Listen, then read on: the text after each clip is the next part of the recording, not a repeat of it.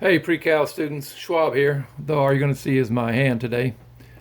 I want to show you some things on the next topic here, dealing with special angles on that rotating system that we've been working on, right?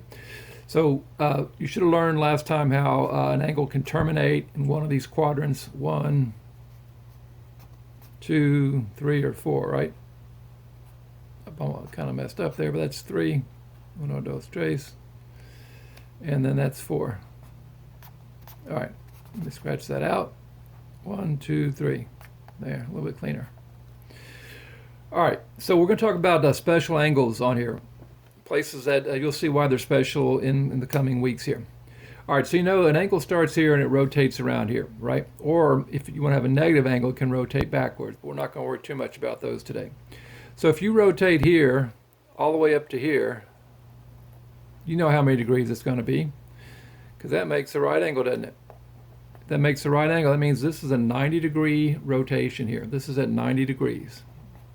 Now I'm going to put them on the outside of the circle now, but later on in coming days, we're going to put those angles on the inside, and you'll see why that is. All right, that's a 90-degree rotation. All right, makes sense, right? So if you go another 90 degrees, that's going to put you at 180. So 180 degrees is halfway around a circle. When somebody does a spin of a 180 degrees, whether in basketball or driving a car, you're spinning halfway around. All right, so we have 90 and 90. We add another 90 on top of that. 90 plus 180 is going to give us 270. So that's going to be this position down here. So these are all multiples of 90, which happen also to be multiples of 30 and 45, and that's what makes up our special angles. All right, so 90, 180, and 270. So this position here, where we start off, is 0 degrees, but it's also 360 degrees. And if you did the previous assignment, you learned that 0 and 360 angles that stop in the same place are called coterminal. Remember, you want to do these lessons in order because they kind of build on each other.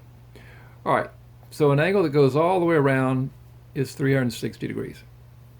All right, so those are pretty easy to remember. 90, 180, 270, back to 360.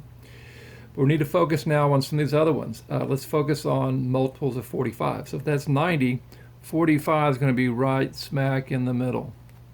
These are rotations and positions that you need to be very familiar with. We're going to use these throughout. They use these in architecture all the time and engineering. I know some of y'all may not get into those fields, but who knows? You might wind up being a pre-cal teacher someday and need to know all this stuff.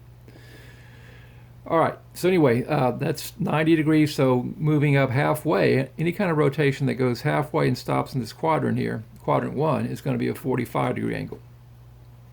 And again, I'm going to change it up in coming days, and we're going to put those angles on the inside because we need to put other things on the outside. But for now, we're just going to put all the angles on the outside. All right, so that's 45. 45 plus another 45 is 90, but we already have that. So let's find this one over here. So we have to add, we're at 45, we're at 90 right now. 90 plus another 45. Well, 90 and 45, we've got to add that up. You can do it with a calculator. You know that 100 plus 45 would be 145, but we don't have 100, we have 10 less. So it's not going to be 145, it's going to be 135. Use a calculator if you don't like doing mental math. All right, guess what though? If we added 45 to this, it would be 180. We already have that label. This should actually be exactly halfway in this quadrant. Mine looks a little bit too high, but we're just kind of giving a good estimate for now. All right, so now to find this one here, we need to go 45 degrees more. 45, 90, 135, 180. We need to add 45 to this. If I add 45 to this, I'm going to do it very lightly here. Y'all probably can't even see that at home. But if I added 45 to that, that's going to give me 225. That's going to be right here. That's right where my mess up was a while ago. All right, 225 degrees right here.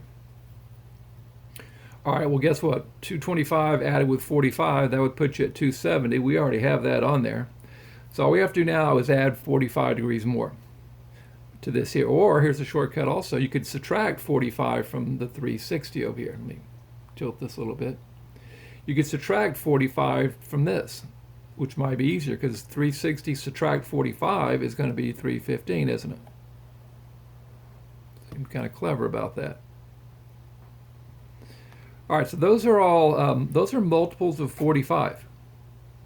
0, 45, 90, 135, 180, 225, 270, and 315.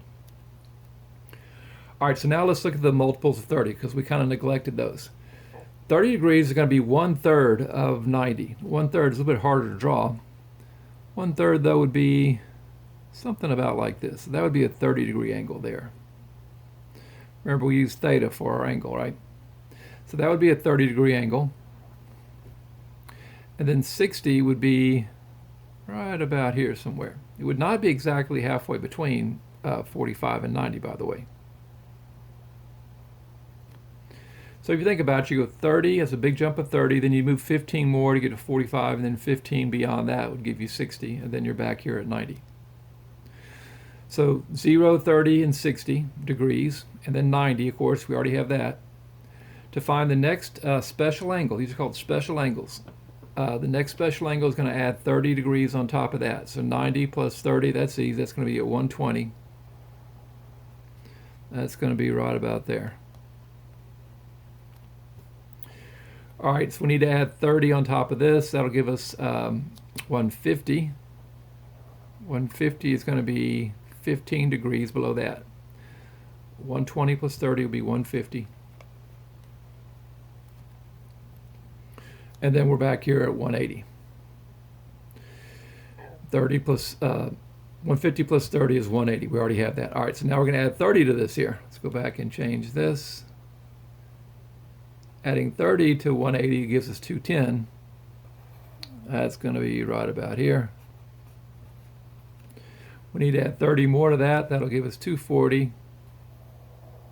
And that's getting kind of sloppy here, but we'll see if we can write that on there. That's 240. And then 240 plus 30 is 270. So we need to add 30 more to 270. That's easy. 270 plus 30 is 300. That's going to be right about here.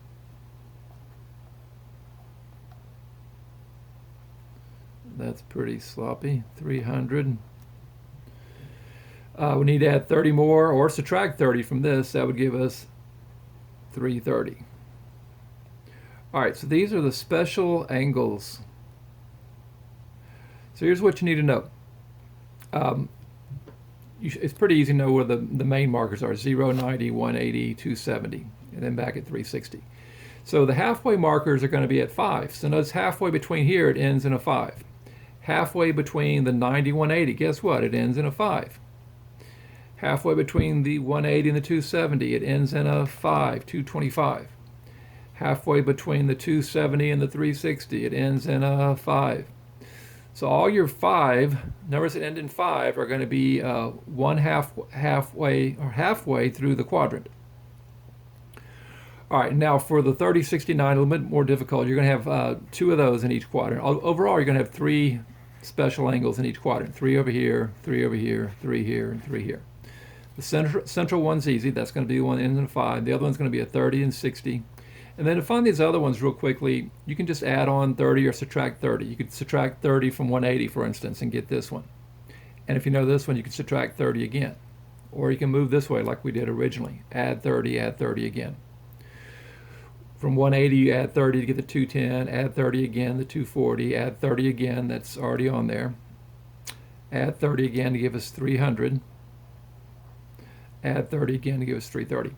So three special angles in each quadrant: 30, 45, 60. And so every angle on here is either a multiple of 30 or a multiple of 45. Some of these angles, the ones up here, here, and here, and here, those are multiple of both 45 and 30. 45 divides evenly to that, 30 divides evenly to that. Same can be said for the 180 and the 270 and the 360. All right, so one more thing to show you, because on the little assessment that I have for you, you have to know also about negative angles. We're not going to put negative angles on here, but you know that positive angles go this way. This angle, if you go backwards, it's no longer called 330. Guess what? It's now called negative 30. Now, how are you going to remember that? It's the exact opposite of positive 30. Negative means opposite of, right? So if positive 30 puts you over here in quadrant 1, guess what? Negative 30 is going to put you over here in quadrant 4. Now, we don't typically put all the negative ones on there because then it gets very convoluted and very crowded here. But you can kind of reason backwards. If positive 120 puts you over here, let's see if I can do that. Positive 120 puts you over here, then negative 120 is going to be an equal and opposite rotation, equal but opposite. So I'm going to go, instead of going all the way to here, I'm going to go all the way to here. That would be a negative 120. All right, you can see our diagram starting to get awfully cluttered right now. Just remember where your special angles are in terms of positive ones, and then you can figure out the negative ones later. All right, I will talk to you all next time. Good luck.